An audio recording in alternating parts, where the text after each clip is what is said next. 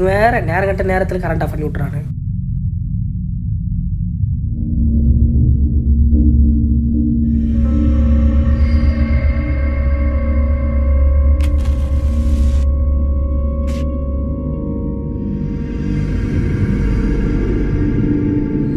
வேலா, நம்ம வீட்டில் மட்டும் தான் கரண்ட் போயிருந்தா இல்லை எல்லா வீட்லேயும் கரண்ட் போயிருக்கா? வேலா